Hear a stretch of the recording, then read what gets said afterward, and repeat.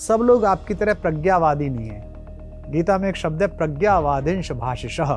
आपकी तरह जो सवाल अर्जुन ने पूछा कृष्ण से, कृष्ण ने कहा आज तू प्रज्ञावादियों की तरह बात करता है। ये प्रज्ञावादियों के गढ़ से आए सौरभ जी। प्रज्ञावादी हर समय प्रज्ञा ही प्रज्ञा चलेगी। बहुत सारे लोग नहीं प्रज्ञावादी होते, वो बहुत ही सामान्य लोग होते हैं। उनको अमूर्त दिखता है एक मूर्ति में, उनको दिखता है एक फोटो में। मेरा जो फोन है उसमें भी तो किसी की तस्वीर लगी होगी, मैं आपको खोल के ही दिखा देता हूं। तो ऐसा तो नहीं है कि ये महिला मुझसे बाहर है, ये महिला मुझे मिलती नहीं है, ये बेचारी मुझसे या मेरे को मिलेगी नहीं, या मैं ऐसा समझ नहीं सकता हूं। ये एक स्मरण है कि मैं अगर थोड़ा सा तनाव में हूं, कष्ट में हूं, फोन खोलूं तो पहले एक मुस्कुराता हुआ चेहरा मेरे सामने रहना चाहिए जिसको मैं प्रेम करता हूं। तो मूर्ति केवल इतना है कि जो बहुत सामान्य नागरिक हैं, जो बहुत बुद्धिवादी नहीं है, जिनको द्वैत अद्वैत ब्रह्म माया जीव ये समझ में नहीं आ रहा है, उनके लिए एक विग्रह है जिसमें उन्हें भगवान दिखा और उन्होंने हाथ जोड़ लिए। बहुत सारे लोगों को तो मेरी पत्नी को, मेरे यहाँ जो पालतू एक बच्चा हमारा है, डॉग है, कुत्ता है, उसमें बेटा दिखता है। इसे मूर्खता कह सकते हैं। पढ़ी लिखी महिला है, पीएचडी है, बड़े पद पर है। मेरा बेटा कहाँ गया, बेटा दुखी हो गया, बेटे की आंख में पड़ गया। बेटा थोड़ी है वो, अंदर एक प्रेम का झरना है बच्चों को लेके, वो उसमें जाके प्रतिस्पर्धित होता है। उसको पता भी नहीं होगा ये बात, और वो भी भूल चुका है कि मैं पशु हूं। उसको भी याद नहीं है कि वो कुत्ता है। उसकी उतनी लड़ाई है। मेरी बेटी बगल में आके लेट जाए तो वो उसी अधिकार भाव के साथ लड़ता है कि ऐसा कैसे हो गया, पहले अधिकार मेरा है। खूब लड़ाई होती है और हम उसका परम आनंद उठाते हैं। अब उस पूरी प्रक्रिया को देखकर कोई आदमी प्रज्ञावादी बुद्धिवादी मुझे मूर्ख कह सकता है। क्या मूर्ख आदमी है? कुत्ते से बहस हो रही है वो कुत्ते की भाषा में। आप बिटियां हैं, आपको बोलूं, आप अपनी मां से बात करना। आप जब पैदा हुई, दुनिया की हर मां ने अपने बच्चे से जिब्रिश में बात की। मुंह सीधा खुलता है, बोलना सीधा आता है, फिर भी आपने बात लड़ते थे। चाहे मीला बीता है, मीला बीता है भाषा नहीं है, ये प्रेम है, स्नेह है, भाव का आवेग है। तो मूर्ति माध्यम है उस भाव के आवेग का। हाँ, उसके लिए वितंडा करना वो गलत है। किसी को उसमें दिखते हैं, किसी को सीधे दिखते हैं। मुझे तो सीधे दिखते हैं। Can you believe? नमस्कार सर, आपको अभी हमने हाल फिलहाल में, सबसे पहले मेरा जब आपका परिचय हुआ था मेरा, तब मैंने आपकी वो कविता सुनी थी, कोई दीवाना कहता है। और वो एक तब का साल था और एक आज का साल है जब मैं आपको एक अध्यात्म के क्षेत्र में देख रही हूँ। सही शब्दों में बोलूँ तो अध्यात्म के कारोबार में देख रही हूँ, क्योंकि कोई भी प्रोफेशन आप बिना पैसे के आप आगे नहीं बढ़ सकते।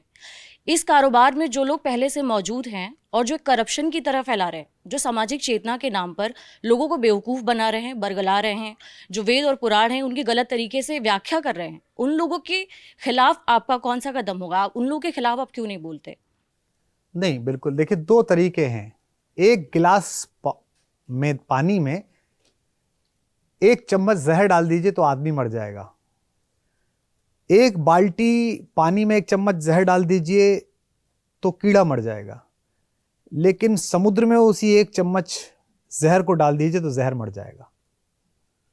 तो मेरी योजना है कि मैं जहर को समुद्र में उतार दूं, यानी कि मैं आध्यात्मिक चेतना के इतने सारे लोग इकट्ठे कर दूं, जो मैंने कविता में करके देखा कि पहले मुझे लड़ना पड़ता था कि मैं सही बात कह रहा हूं, मुझे सुन लो। अभी मेरे समर्थक और मेरे प्रशंसक ही लड़ मिलते हैं। कोई लिखे तो लिख देते हैं, उसके नीचे बहुत सारी भीड़ इकट्ठी हो जाती है, चौराहे पे भीड़ इकट्ठी हो जाती है।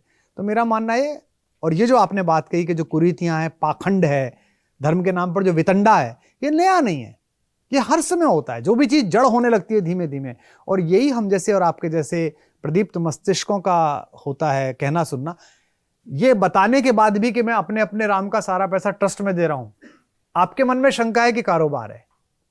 कारोबार के लिए मेरे पास कविता है, उससे काम मेरा चल रहा है।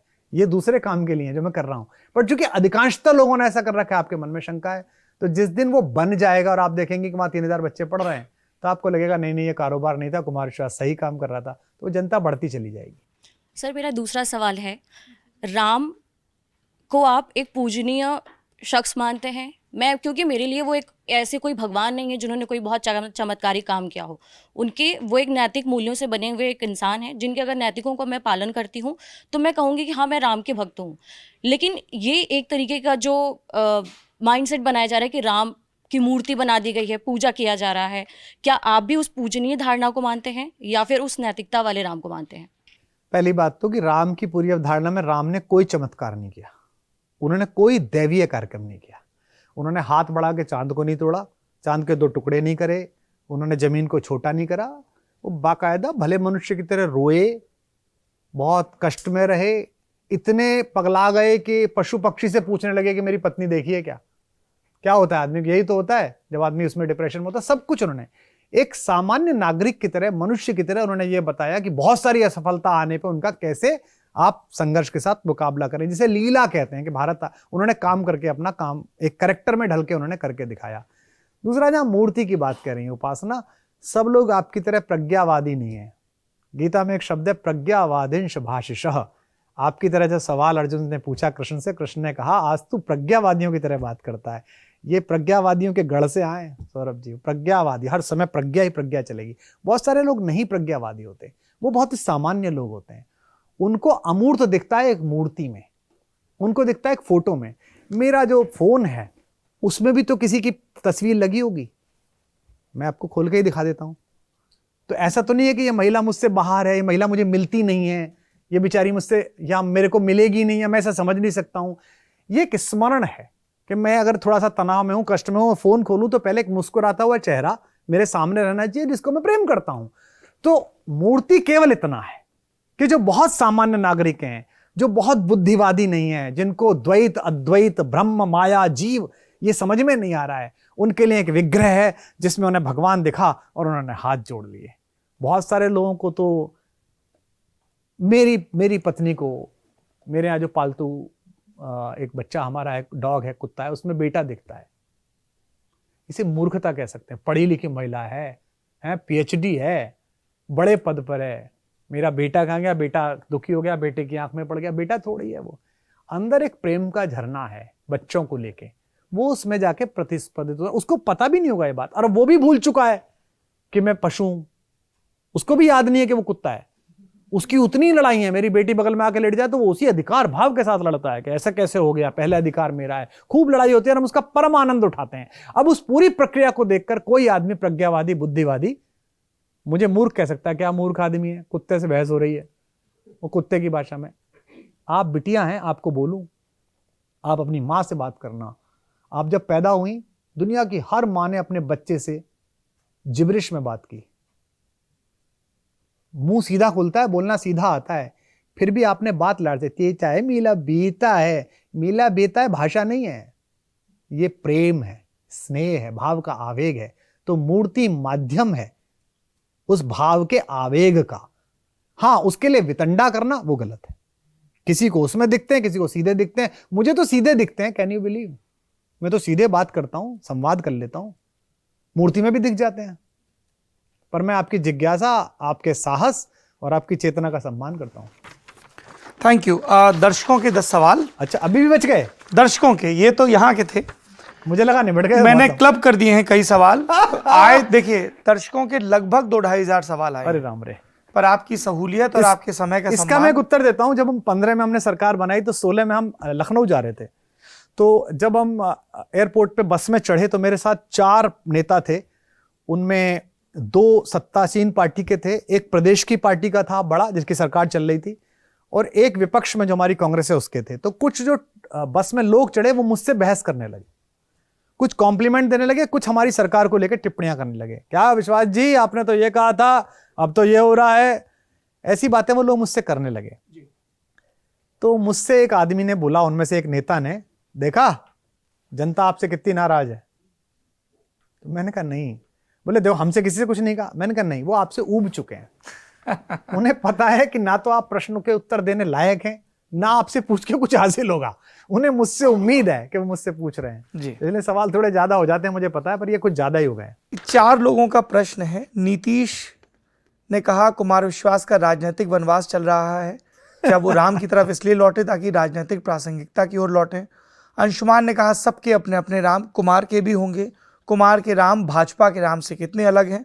प्रफुल्ल ने कहा क्या इस देश में राम के नाम का प्रयोग नीति में कम राजनीति में ज़्यादा हो रहा? और दीक्षा ने कहा विश्वास सर को अपने अपने राम की सुंदर पहल के लिए आभार, लेकिन मेरा सवाल ये है कि जिस राम कथा को कह रहे हैं उसमें राम जी ने राज्य को त्याग दिया बिना किसी मोह के, फिर क्यों विश्वास हर मंच पर आज भी पद के ना मिलने का अफसोस जताते हैं? या फिर राम कथा और राज्य दोनों अलग हैं? नहीं, पहली बात तो अफसोस मैंने कभी नहीं जताया। जिस क्षण वो निर्णय हुआ उस क्षण का वीडियो देख लिया, मुझे तब भी अफसोस नहीं जताया, क्योंकि मैं ये मानता हूँ, मेरी पंक्ति भी है, एक गीत में मैंने लिखा है कि चल रहे हैं हम कहाँ कब दोनों मिलेंगे, और गति नियति दोनों पता है उस विधाता के हृदय को, मार्ग का हर पग हमारी वास्तविकता बोलता है। यानी कि मुझे जहां वो ले जा रही है नियति, इसका मतलब इससे बेहतर ले जा रही होगी। मैं सदा ये मान के चलता हूँ, आज भी मान के चलता हूँ। मैं अपने कैरियर में फेल हुआ तो मैं कवि बना, मैं पहले प्रेम में फेल हुआ तो मेरी कविता में स्पंदन आया, और अगर आज तथाकथित रूप से फेलियर माना जा रहा है तो इसका मतलब कुछ मुझसे बड़ा कराया जा रहा है, मुझे किसी बड़े निमित्त के लिए नियति ने रख दिया है। तो पहली बात तो ये बिल्कुल अलग बात है। दूसरा, हारे को हरिनाम नहीं है, क्योंकि जिसने भी मेरे कैरियर का अध्ययन किया उसे पता होगा कि राम पर मेरा पहला वीडियो जो वायरल हुआ वो 2016 का है, जो मैंने सबसे पहली बार इस विषय पर बोला था, जबलपुर में मानस मंदिर में। मानस मंदिर में। तो 16 या 17 का, यानी कि तब तक मैं प्रासंगिक पूरी तरह से बना हुआ था। और प्रासंगिकता कैसे होती है, क्या सत्ता प्रासंगिक होती है? एक व्यक्ति ने मुझे कहा कि, बड़े नेता ने मुझे कहा कि राजनीति में आप अप्रासंगिक हो। तो मैंने उससे बोला कि भाई आपके सबसे बड़े नेता कितनी सभा करते हैं साल में? तो बोले 150। मैंने कहा सैंपल साइज कितना है? बोले 25,000, क्योंकि कहीं 5,000 भी होते हैं, कहीं 1 लाख भी होता है। मैंने कहा मैं 200 करता हूं और सैंपल साइज 50,000 है। पूरे देश में मैं 200 रात जागता हूं, उनमें एक 5 स्टार होटल की लॉन्ज में बैठे हुए 500 आदमी भी हैं और कोटा के मेले के 1.5 लाख आदमी भी हैं। और 1.5-2 घंटे में मैं पूरी कविता नहीं पढ़ता हूं, मैं सामाजिक राजनीतिक टिप्पणियां ही पढ़ता हूं। मैं अपना थॉट बताता हूं कि मैं क्या सोचता हूं और उससे समझता हूं। तो ट्रैक्टर तो मैं चला ही रहा हूं। आप अभी से क्यों चिंतित है कि बीज कब बोया जाएगा, फसल कब कटेगी, क्या होगा? ट्रैक्टर तो चल रहा है ना, चेतना में बात तो चल रही है। तो इसलिए मैं उनके इस सवाल से असहमत हूं कि अप्रासंगिकता नहीं है। आप समझ सकते हैं कि प्रासंगिक तो कभी भी हुआ जा सकता है। जो आपने पहला सवाल पूछा था कि किन के ऑफर रहते हैं और कैसे ऑफर रहते हैं, महत्वपूर्ण बात है कि एक बार करके देख चुका हूं। मेरा कहना है कि मुझसे कोई ऐसा काम देश कराए, समाज कराए, जिससे देशातीत फायदा हो, कालातीत फायदा हो, तो ठीक है। अदरवाइज केवल बने रहने के लिए बने रहना, वो नहीं बने रहना। कुमार विश्वास के राम और भाजपा के राम में फर्क पर भी एक सवाल है। पार्टियों के राम क्यों होने चाहिए, मुझे समझ में नहीं आता है। मेरे राम सत्र में जो कौशाम्बी में हुआ था, कौशाम्बी महोत्सव में, उस समारोह का उद्घाटन करने देश के गृह मंत्री जी गए थे, मुख्यमंत्री जी और दोनों उप मुख्यमंत्री मंच पर थे। अभी मैं सबसे अंतिम जो कथा करके आया हूँ 2-3 दिन का अपने अपने राम, रायगढ़ में, वहाँ मुख्यमंत्री श्रोता दीर्घा में, छत्तीसगढ़ में बैठे हुए थे। तो मुझे लगभग सभी बुला लेते हैं, सभी के यहाँ जाता हूँ मैं। उसमें से बहुत सारी बातें उन्हें अनुकूल लगती हैं, बहुत सारी बातें प्रतिकूल लगती हैं। तो अब उनके ऊपर है। राम तो तभी तो मैंने कहा है कि सबके राम है, अपने अपने राम है, उनके अपने हैं, इनके अपने हैं। पंकज प्रखर का सवाल है, आप साहित्य के विद्यार्थी रहे, प्रोफेसर, कवि, लेकिन मुख्य धारा की कविता से आपका इतना दुराव क्यों? कभी भी आप अपने साहित्यिक रचनाक्रम में समकालीन कविता को लेकर प्रयास नहीं करते, या आप उस परिदृश्य से अपरिचित हैं? कोई खास प्रतिबद्धता है?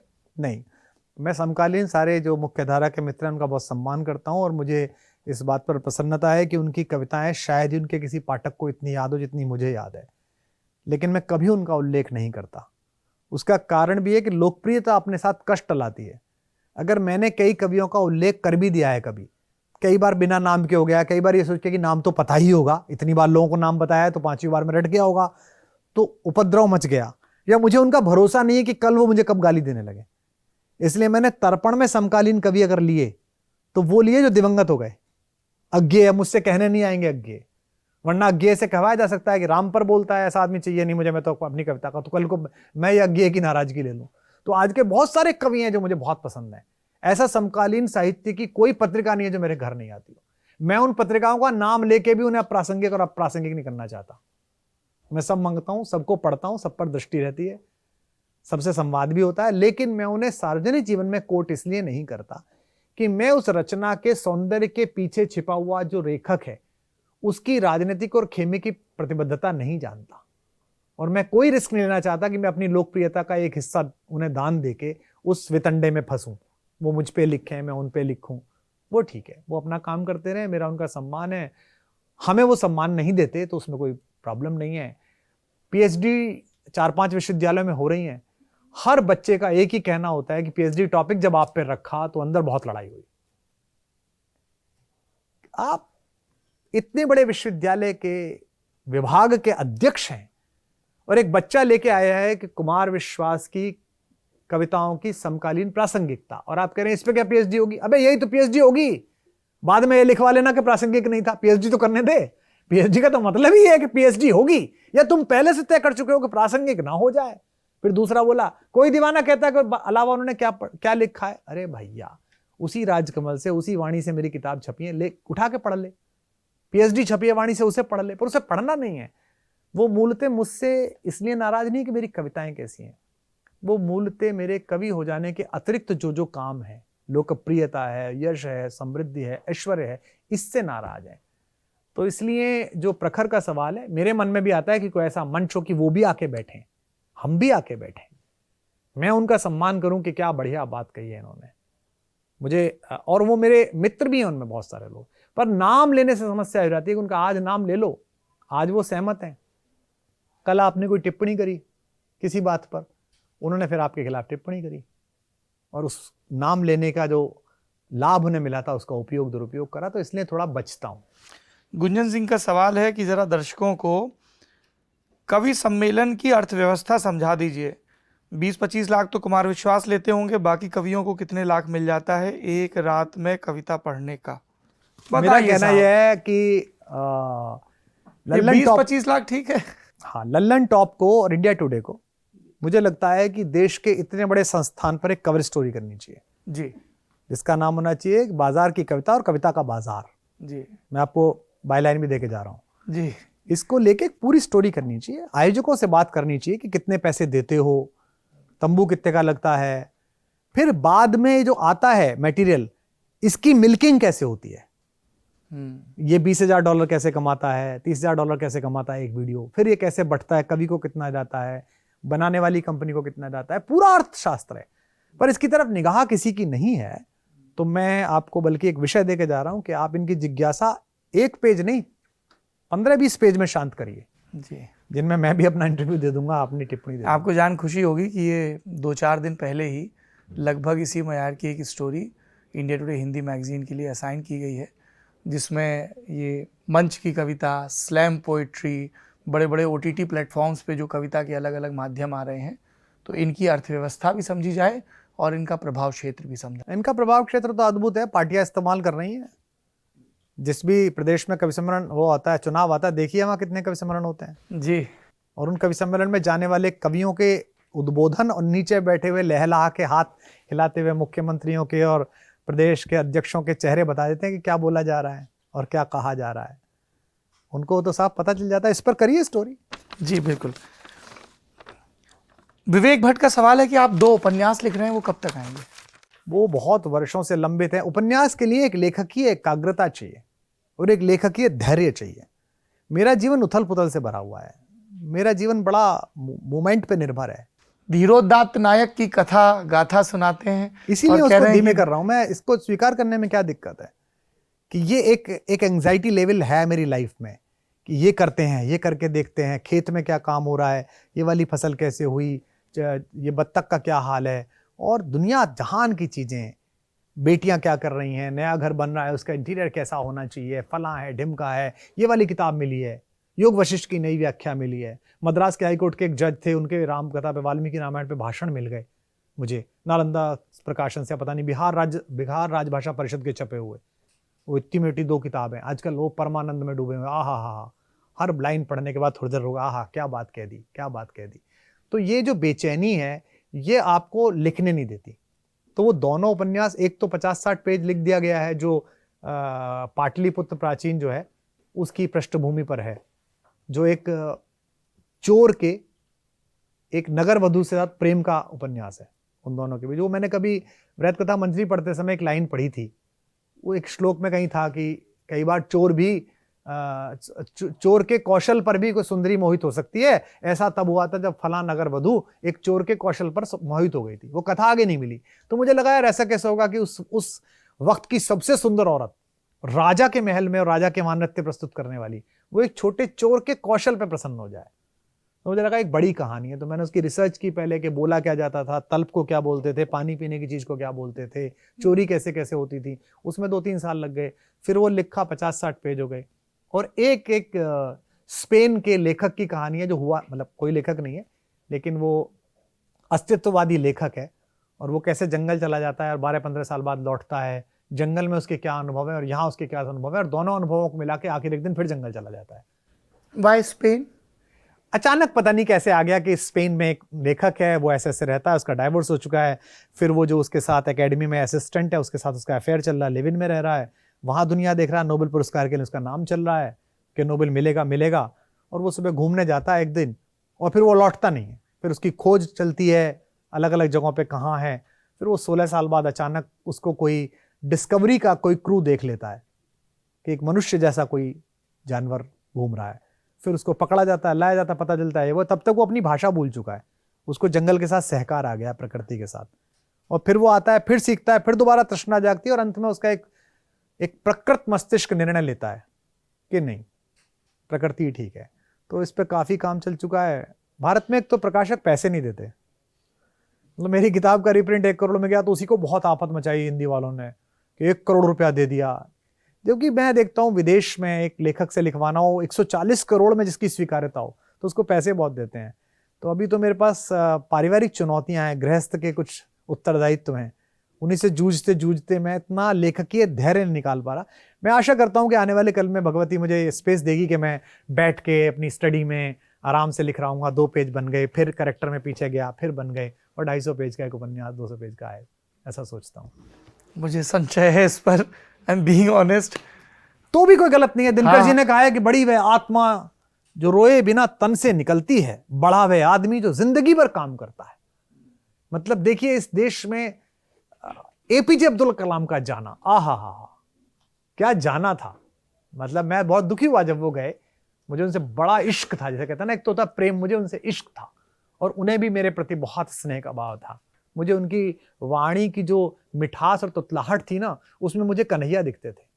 कैसे हो, बहुत अच्छा पोइट्री, बहुत अच्छा लगता था। मुझे ऐसा लगता था कि कैसी आवाज बोलना है। मुझे उनके बालों के घुंघराली लट में भी वो शेर सुनता था कि लाम के मानिंद हैं गेसू मेरे घनश्याम के, काफिर हैं जो कायल नहीं इस्लाम के।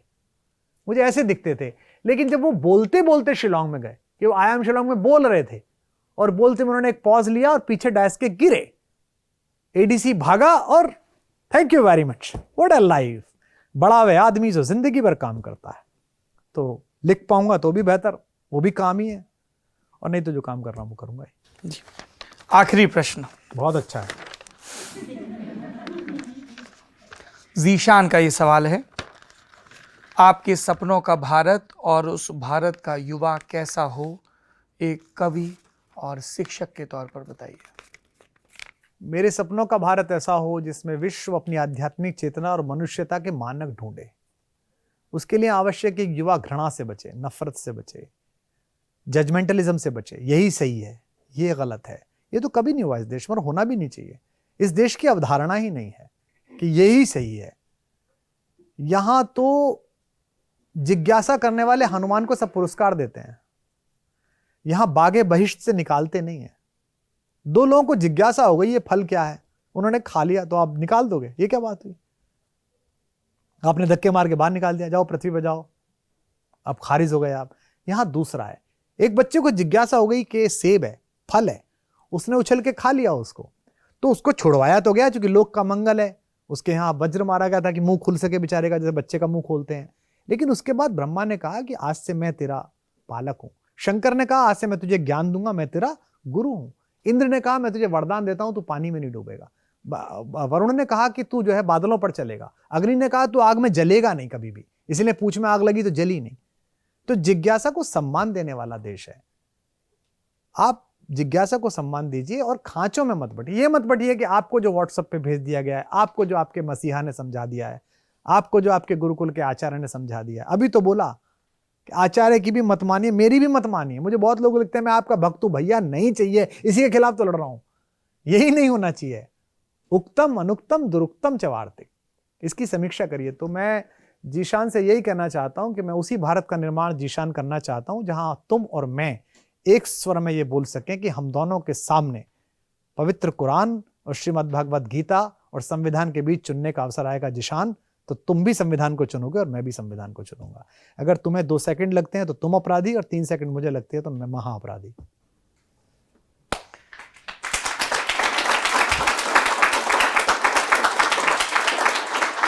सवालों का, संवाद का ये सिलसिला यूं ही चलता रहेगा। और देखिए ये सिलसिला कहाँ तक पहुँचा है अमतेश जी। ये तस्वीरें लगातार बदलती रहती हैं। के मोहम्मद हैं जो चंबल के बीहड़ों में गुर्जर प्रतिहार वंश के मंदिर को खोजते हैं, पुनरुद्धार करते हैं। डॉक्टर गौरी हैं IVF एक्सपर्ट। जावेद अख्तर हमारे समय के बड़े कवि विचारक। Salma Sultana news reader. Pawan Jallad, Taapsee Pannu, doctor Dogra, Ram Gopal Bajaj, Sapna Chaudhary, Manoj Vajpayee. Guest in the news room का पूरा विचार यही है, आज इसका 1 साल का पड़ाव पूरा हुआ, कि संवाद हो। हम अपने सवालों, अपने संशयों, अपने कौतुकों के साथ विद्वानों के पास जाएं जिन्होंने अलग अलग धज में अलग अलग ढंग से दुनिया को देखा है, संवारा है, और जो उपनिषद के प्रसंग होते हैं उनको पूर्ण करें, पूछें, सुने और गुने। और ये सिलसिला यूं ही चलता रहेगा। कुमार जी आपने इतना समय दिया, बहुत धन्यवाद आप।